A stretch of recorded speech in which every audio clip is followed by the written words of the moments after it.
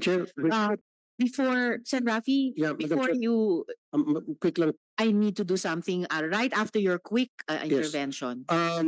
Kasi pinag-usapan rin lang yung death threat against her, ano? Pwedeng sa executive session banggitin niya sa atin later? Yes, But Sen. Madam Chair, Rafi, we but can Madam do Chair, that sorry, no, later on. because Sen. of that, Joel? because of that statement of Sen. Rafi, I still don't get it, Madam Chair. Why she cannot disclose it in public? Hindi po ba, Madam Chair, isn't it more natural to expose it in public so that she is protected? I don't get it, Madam Chair. I really don't get it. If you are having a death threat, you wanted to say it in public so that you can be protected. If you really wanted protection, Madam Chair. So it doesn't make sense. Hiding it doesn't make sense, Madam Chair. I agree, Sen. Joel. Actually, kung talagang may death threat, mas talagang kung talagang humihingi ng proteksyon, walang kinalaman ng security threat din sa pagsagot lang tungkol sa pangalan ninyo. That's already established. The threat will not be made worse by confirming what is in documentary evidence. But in any case, gusto kong ipaalala sa iyo na ayon nga sa Supreme Court, in the case of the Office of Court Administrator VU, the right to self-incrimination does not prohibit legitimate inquiry in non-criminal matters. Ad nauseam na po ito. Halos naduduwal na po kami sa pag-ulit-ulit nito. No? Alice Guo, ladies and gentlemen, is continuing to lie to this committee despite glaring evidence that she is a Chinese national named Guo Huaping, whose father, Jian Zhongguo, is Chinese, based on her own declaration in this committee, and whose mother, Lin Wenyi, is also Chinese, based on her own declarations in bank documents, by the way, verified by the AMLAC. This is a blatant defiance of the legislative's constitutional power of inquiry. Lumalabas na pinaglalaroan mo ang aming batas, pinapaikot mo ang mga Pilipino. Pero ibahin mo ang Senado. Ibahin mo ang Senado.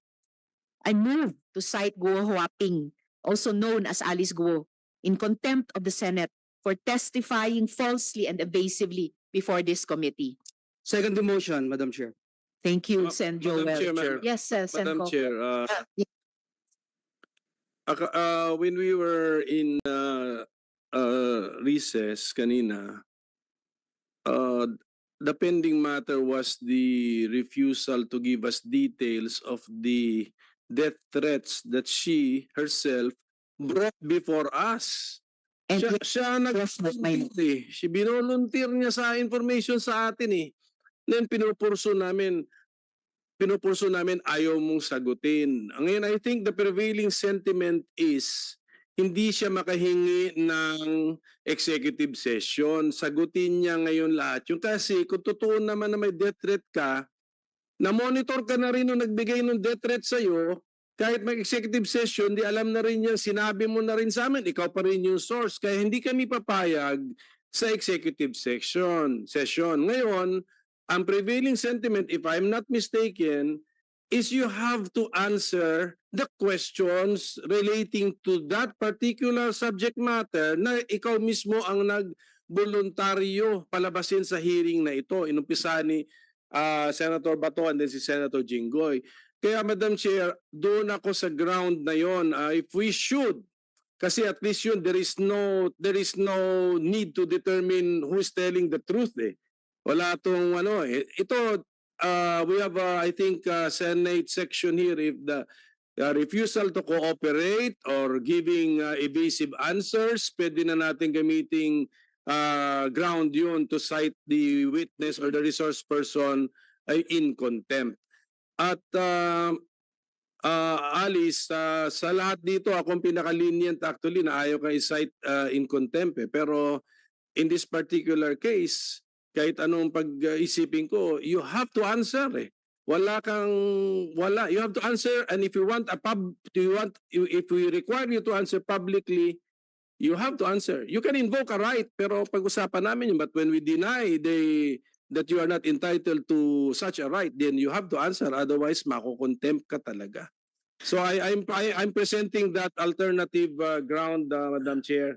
Madam Chair. If we can use that, kasi parang pagkalap ko nung nag-break tayo, that was the hanging matter na release ni Senator Bato followed up by Senate President Pro Tempore. I know. Actually, there are two hanging matters. Isa na yung tungkol sa death threat na yan.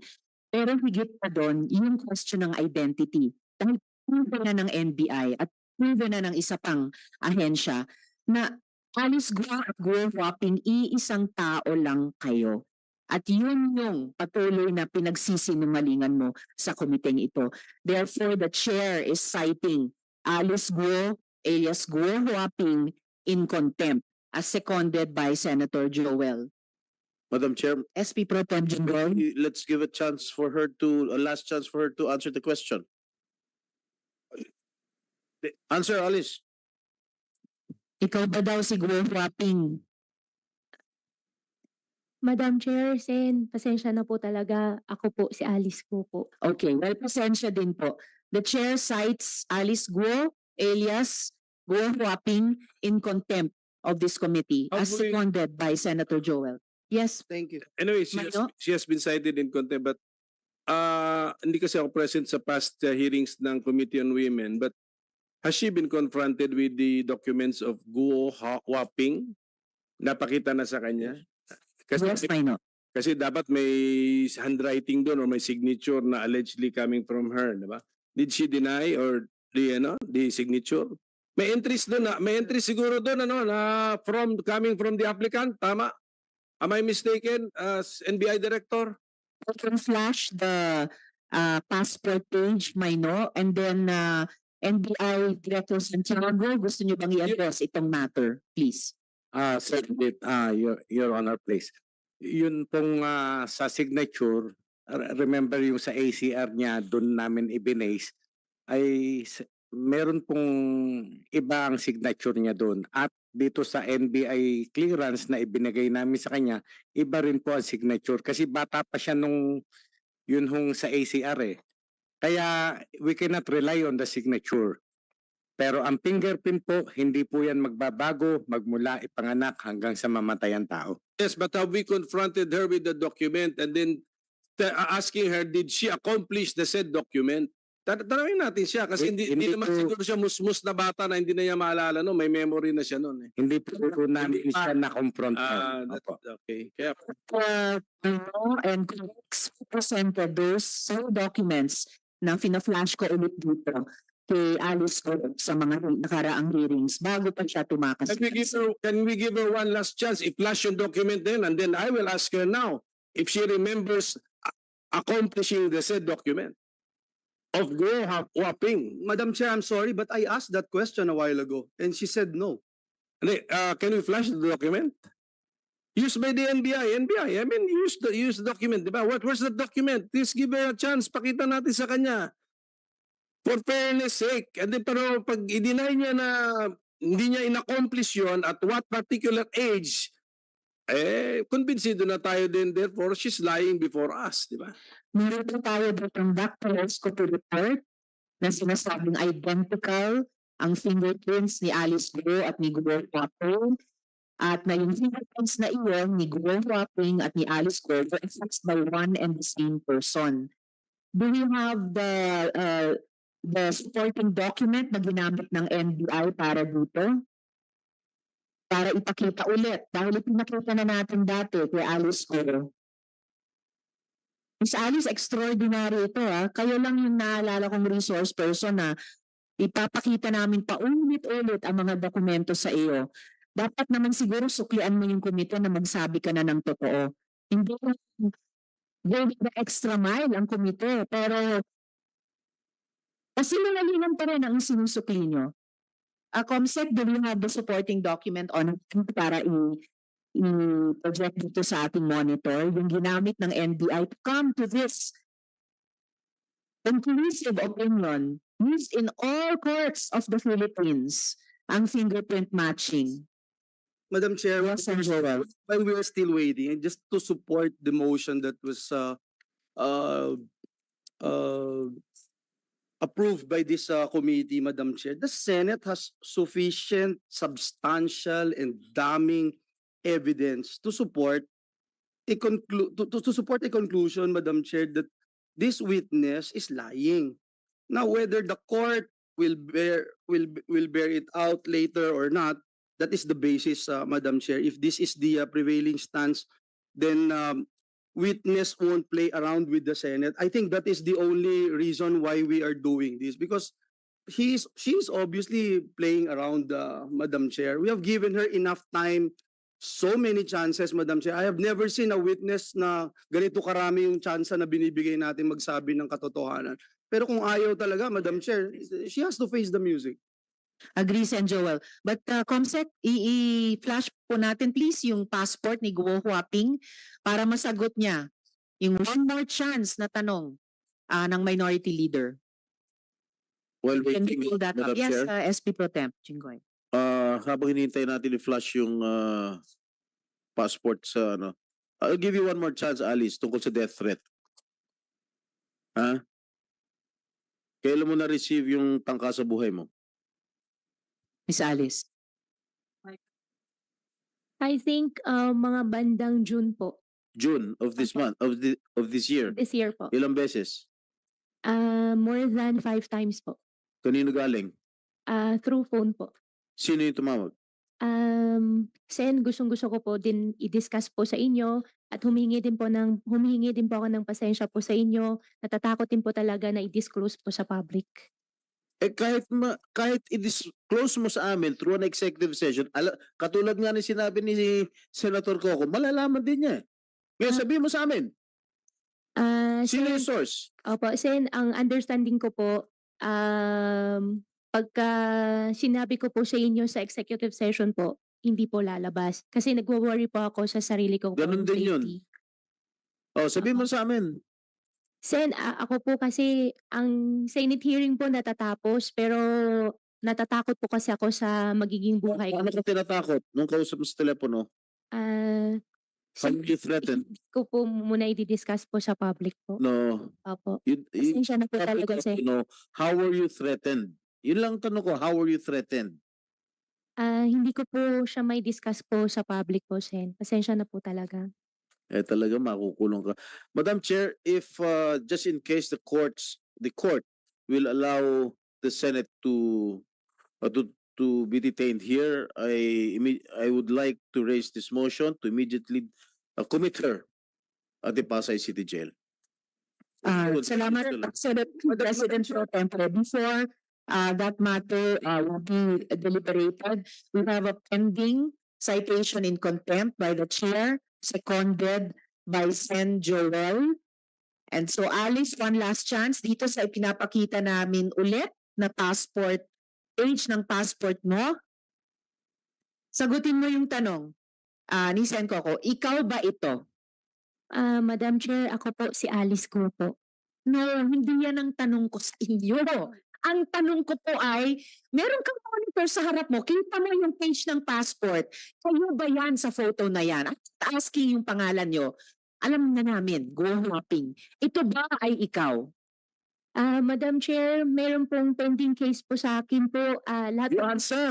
All right, you are not taking the many one last chances na binibigay ng committee ito sa iyo. You are denying your identity as Guo Huaping. So may I Madam Chair, return to Medyo- yes, minority She was leader. trying to invoke something. What are you invoking? For your refusal to answer, what are you invoking? Sen, may pending cases na po kasi sa akin sa court po.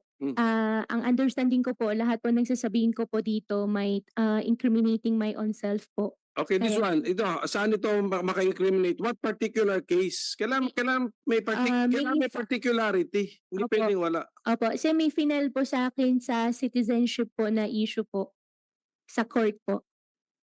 Citizenship. I think there is 7 pending cases po sa korte po ngayon. No, Isa na po dyan yung citizenship po. Hindi kasi kunyari may kaso ka ng estapa, hindi naman connected sa estapa yan. So hindi mo pwede sabihin may kaso ko sa korte. You have to specify. Saan ka ma-incriminate na ang sagot mo magagamit to prove your guilt sa isang criminal case? Which one? Sen, pasensya na po. Mali po pala yung nasabi ko po kanina, di pala citizenship. Ang dapat po pala COMELEC po. COMELEC, may na-file na po na pending case po sa COMELEC po. material misrepresentation case, siguro criminal case. Yes po, criminal case po. Okay. At bakit related ito? Yan lang po yung alam ko po na may pending cases po sa COMELEC po. But actually, Madam Chair, this appears to be a document issued by the People's Republic of China. I'm requesting for that ACR. Yung atin, the Philippine form. Philippine form accomplished by a child supposed to be, but a child with consciousness already. Who happens to be the younger Alice Go, yun yung theory ninyo. Pero gusto ko ipakita natin sa kanya. Comsec, pwede ba nating i-flash ulit yung ACR na yon at ipakita ulit kay Alice Guo? Madam Chair, Yes, Sen. Rafi. Unrelated question. yes, noong August 27, 2024 hearing, page 141 of the transcript, inamin ni Sheila Goo na meron dalawang passport si Alice Goo. So that means dual citizen siya? Chinese and Filipino? Alright, salamat Sen. Rafi sa pagpapaalala. So dual citizen pala kayo kahit sa pagkaalam ni Ms. Sheila Guo sa paalala ni Sen. Rafi. And in fact, alam niyo ba na hindi pinapayagan ng dual citizenship sa China? Dito lang sa Pilipinas meron na ganyan. Pero sa China, bawal yun eh. And yet, you have both Filipino and Chinese passports sa testimonya ni Sheila Guo. Madam Chair, I have only one Filipino passport po. Yes, you have only one Filipino passport, but you have a Chinese passport. Wala po akong Chinese passport po. Okay, Comsec, pwede natin ipakita yung hinihingi naming ACR before we act on we finalize the motion of the chair seconded by Sen. Joel. Okay, so baka pwedeng, yan na ba yung pinakamalaki? Alright, so ito po ang ACR for... Hindi na yan musmus na bata, di ba? May consciousness na yung nakalitrato dyan eh. O yan ang tanong natin kay Alice Guo. Alice, naalala mo na in-accomplish mo yung form na yan, na nag-fingerprint ka pa, voluntarily dyan, linagay mo. Naalala mo o hindi? Sen, wala po ako naalala na ganun na dokumento po ginawa. Okay. Ang incredulous man mo. Pati yung forma niya dyan, looks like yung forma niya sa iba pang mga dokumento. That's it, Madam Chair. That all convinces me of the lying. So, I think, tapos na po yung ano nyo eh. Na-declare nyo na siya in contempt eh. Nag-elaborate lang naman ako na, tapos na po, na-declare nyo na po siya. On the lying pa ito, not on the refusal to answer dun sa death threat. So, sorry, Alice, I gave you a chance. You mean to say, pati yung paglalagay ng fingerprint mo ron, hindi mo naalala. So, medyo, ano na po yun, medyo, too difficult to, masyado nang mahirap paniwalaan na, paano, tulog ka, kinuha ang fingerprints mo, pinilit ka. I mean, it's too much, but, hindi na po sanggol yung nandun sa litrato. So, with that, Mr. Chair, it puts to rest your contempt citation of the resource person. Thank you. Madam Chair, isa lang, Madam Chair, if I may. Salamat kaayo, Mayno. SP Pro Temp, Jigoy, nag-return Pam-mark ka dyan. Ilang taon ka? Sen, wala po ako maalala na nag-thumbprint po ako niyan. Pam-mark ba niyan? Hindi mo maalala na nag-pam-mark ka? Ilang taon ka nung nag-pam-mark ka dyan? Siguro, you do not know how old were you? Wala po ako naalala, Sen, na may ginawa po akong thumbmark po sa ganung papel po. May pirma ba yan? May pirma? May pirma. Did you sign it? Pro Temp. Did you sign it? Wala ka rin maalala na pinirmahan mo? Ha?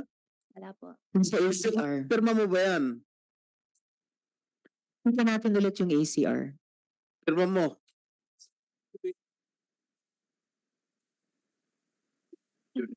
Yes, ipakita natin yung kaninang ACR form, yung may photo, fingerprints at saka pirma. Oh, yeah, may signature. Is that your signature? Oo. So ang pinapakita natin, yung fingerprints ni Alice Go, pero nung kinumpara ng NBI dun sa fingerprints ni Glenn Wapping, identical, matched po. Teka muna pala. Madam Chair, No, let her answer. Is that your signature, Alice? Pati. Doon sa under po ng picture po, signature ko po yun, pero hindi ko po alam paano nangyari po yun. Paano hindi mo alam paano nangyari yun? Hindi ko po talaga alam, Sen. Hindi mo alam na pinirmahan mo, pirma mo yan? Sen, hindi po, wala pa akong pinirmahan po ng ganung dokumento, pero signature ko po siya, pero wala pa ako na pirmahan po ng ganung dokumento. Confirm mo na signature mo yan sa form na yan. Kino-confirm ko lang po, Madam Chair, yung signature po under po ng picture is my signature. But you don't remember when you signed that Wala po ako paper. wala pa akong ginawa na ganun po. It is impossible to fake fingerprints. Kinonfirm mo na pirma mo yan, yung fingerprints dito at yung fingerprints doon sa dokumento ni Glenn Wapping ay na-match ng NBI. Iisang tao lamang po. Yun po yun. okay, Madam Chair, just one, Sen Joel. because I'm so sick and tired na whether Wapping and Alice Go identical at iisa dahil convinced na po tayo dun eh. I mean, how can you doctor yung mga fingerprints, Madam Chair? So, ayaw niyang sagutin yon, but overwhelming, siya ho yun, si Wapping. Kaya baka dapat ang tawag natin sa kanya Wapping, hindi Alice Go dahil mahirap na tawagin siyang Alice Go, hindi naman pala siya Pilipino. But let me just ask yung tinatanong kanina ni Sen Jinggoy, kilalan mo, Alice, Wapping, yung tumawag sa'yo, na nagbibigay sa'yo ng death threat, kilala mo po yun. Diba? Kasi otherwise, hindi mo siya sasagutin at hindi mo kikilalanin na totoo at may bigat yung death threat sa'yo. Is that correct, Your Honor? Your Honor, isa po doon, kilala ko po. Pero i-clarify ko lang po yung nakita ko po kanina sa monitor po. Yung signature po, akin po yung signature, pero hindi ko po alam kung bakit andyan po yung signature Hindi ko na po. ako nagtatanong doon. Hindi na ako nagtatanong ng Wapping. Hindi na ako nagtatanong kasi klarong-klaro sa akin, hindi po pwedeng doktorin yung fingerprints mo. So ang tinatanong ko, kilala mo yung nag-death threat sa'yo, saan siya galing? Dito ba siya sa Pilipinas o sa abroad? Local po, dito po. Dito sa Pilipinas. So sa Pilipinas nanggagaling yung death threat mo. Kung sa Pilipinas nanggagaling yung death threat mo, nakita ko yung pagtatagpo ninyo ni PNP Chief tsaka ni SILG. Parang fan meet. At parang masyado kang talagang kampante. At nung in-interview ka, ang sabi mo, kasi secured ka, you feel safe. You feel safe. Nakasama mo ang SILG at PNP Chief. Ngayon, ang tanong ko, if you feel safe, nakasama mo ang PNP Chief at saka SILG, bakit ka pa kailangan lumabas ng Pilipinas? Dahil natatakot ka sa death threat mo.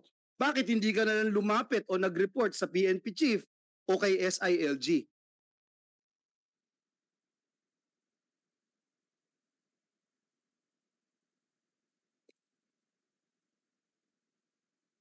Sagutin ko na po. Yes, one more time, Miss Alice. One last time. Yes po, Madam Chair. You answer the question of Senator Joel. Sen, okay lang po, paulit po. Sorry po. And, Madam Chair, I hope the lawyers of Alice Go must advise their client to tell the truth. Alice, nung nakita mo si SILG at si PNP Chief, ang sabi mo, happy ka at ikaw ay masaya, kitang-kita naman yun. Walang naitago sa sambayan ng Pilipino na at is ka. Papicture ka pang di ba? So, paano mo sasabihin na natatakot ka, may death threat ka sa Pilipinas, pero kailangan mong tumakas. Kailangan mo umalis ng Pilipinas, pero sabi mo, safe ka na makita mo ang PNP Chief, SILG, Pero hindi ka lumapit sa kanila, hindi ka humingi ng tulong. Hindi nga mga sinabi na galing dito sa Pilipinas at tumawag sa iyo ng ilang beses yung nagde-death threat sa iyo. Sen, doon sa question niyo po, dalawa po yung answer ko po dyan. One po, kaya po ako nakasmile po, yan po yung para sa akin po na pinaka-language ko po sa family, sa mga tao po nagmamahal po sa akin na Hindi yun ang tanong ko. Hindi yun ang tanong ko. Before we go further into this topic, para lang ma-settle itong pending issue, i-reiterate ko, no? I move to cite Guo Huaping, also known as Alice Guo, in contempt of the Senate for testifying falsely and evasively before this committee. I second the Um, motion, Madam Chair. I second the motion. Salamat, Sen. JV at Sen. Joel. With the motion duly seconded by Senator JV and Sen. Joel, you are hereby cited in contempt. You will remain in the custody of the Senate until the conclusion of this committee's inquiry or until you finally recognize the authority of this body and grant even a semblance of respect for the laws of this country. The committee will coordinate with any court ordering your detention, pero re-respetuhin mo ang Senado. Madam Chair. Maybe Sender. the serious person to answer my question first, Madam Chair. We will have one, Miss Alice, isang huling sagot sa puntong ito sa tanong ni Sen. Joel, and then isang related na tanong kay Sen. Roy, and then itutuloy ng chair yung mga tanong ko, and the majority leader as well after Sen. Roy. Please answer the question of Sen. Joel, Miss Alice. Sen. Joel, na putol po kanina, yung first answer po, nasagot ko na po. Yung second answer naman po, I'm not even asking that first answer that you were talking about, that it's a sign to whoever your fan base is.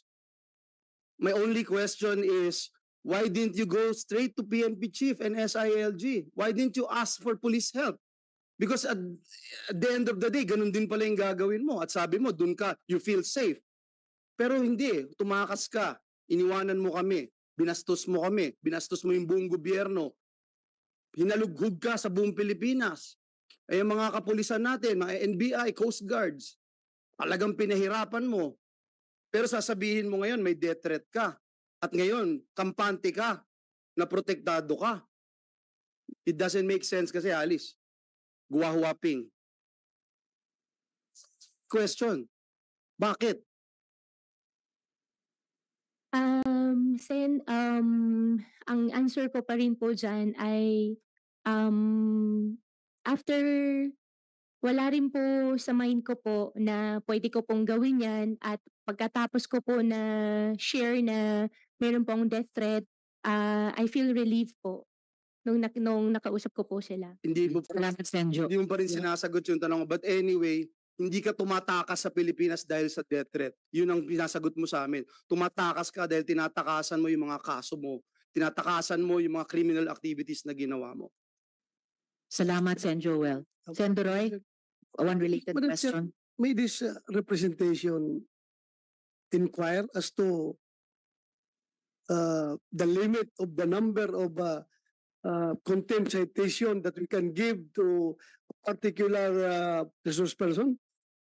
Meron ba tayong limit dyan o unlimited tayo? Merong limit po yun. Wala. Then, kapag ang resource person sumasagot ng totoo sa atin, hindi naman natin siya sinasite. Pero sa bawat hearing man lang, hindi siya magsabi ng totoo. So, right natin now- siyang i-cite in contempt. Right now, Madam Chair, she's facing 3 contempt citations already. If I'm correct, 3 na? O 2 pa? Yung previous niya, yung nirol mo ngayon lately, at saka Yes. Ang nauna pong citations in contempt natin dahil hindi siya nag-appear, dahil tumakas siya. Na nag-appear siya, kinailangan na naman natin siyang i-cite in contempt dahil nag-appear man siya, evasive at false ang testimony siya sa atin. Nagsisinungaling siya sa komite. And maybe this third question, Madam Chair, is pang third na niya na contempt citation ito ngayon kung ayaw talaga niya mag-cooperate, yung source ng kanyang threat. Mahirap yun. I know yung ating rule dito sa committee is that we can only afford resource person an executive decision when the matters being matters to be discussed are involving national security and public interest. And for this matter, alam natin na very personal interest and personal security concern. But then, bakit ayaw niya mag-cooperate sa atin kung we are here to, Alice, we are here to help you. You are facing people from government. We can help you with that threat. Huwag kang matakot. Sino ba yung tao na yan? Siga pa talaga yan? Hindi yan kaya namin? Magsabi ka. Wala kami sasantuhin dito. Kahit kami, hindi na ako pulis. Pero senador ako ngayon. Hindi ko pa rin sasantuhin niya kung sino yung tao niya na nagtitrade sa iyo. Sige nga, mag-cooperate ka sa amin kung sino yung source na yan para malaman natin ngayon at matulungan ka namin. Thank you, Madam Chair. Madam Chair, just one... Before Miss Alice sagutin mo yung tanong ni Sen. Doroy, Sen. Loren, and then the majority leader is next. To simplify, ang kailangan lang natin na impormasyon for now from Ms. Go is sino ba sa mga ahensya ng gobyerno o sa labas ng mga fixer ang tumulong sa kanya para makakuha ng Philippine birth certificate. Pangalawa, at sino yung nagbigay ng Philippine passport. Ganun kasimple. Isang oras na tayo dito, maraming issues. Sagutin lang yon, matutulungan ka namin. And your lawyers will understand that. Yun lang. Sino? Dahil ang PSA, with all due respect, at ang DFA, mukhang napasukan ng sindikato. Paano natin bibigyan ng budget ang ahensya ng gobyerno sa panahon ngayon ng budgetary allocations for next year kung ang binabudgetan natin ay napasukan ng sindikato na kalaban ng taong bayan? So, ikaw ang susi na magsabi. Alam ni Senator Tulfo yung pangalan ng fixer mo. Ibunyag mo lang sa amin, paano? Kasi hindi lang ikaw. Inamin na ng PSA na meron higit sa 1,000 na nabigyan ng birth certificate. 1,200. Ayun, exact number, 1,200. So, meron pa kaming hinahanap na balanse sa 1,200 na nagpapanggap na Alice Go. Yun nga, Madam Chair. Salamat, Madam Sen. Chair. Loren. Sen. Rafi, before the chair recognizes. So, for the record ulit, Sen. Loren, na-establish natin in previous hearings na finailan ng late registration of live birth si Alice Guo, inisyuhan ng birth certificate, pero dineclare na ng PSA na irregular yung birth certificate na But iyon. na-issue pa rin. Kaya pinapa-cancel sa Office of the Kaya nga, Madam Solicitor Chair, General. kung it And was then, declared irregular. if I may just finish, Sen. Rafi, before recognizing Majority Leader and then Sen. Rafi, kaya nakapagkuha ng Philippine passport. I will just recognize at this point now Majority Leader and then Sen. Rafi, and then itutuloy ng Chair yung questioning, and then each in order of arrival, beginning with the SP Pro Temp and the Senate Minority Leader, Sen. Joel et al., will have 15 minutes each per round. We can go to a second round pag may oras pa. So, Majority Leader. Madam Chair, just an addendum to your earlier order citing in contempt Ms. Alice Go. May the committee secretariat be likewise directed at this instant using the fastest means of communications to inform Branch 109 of the Regional Trial Court based in Capas Tarlac of the said citation, Madam Chair. Thank you, Majo. Comsec, please do that.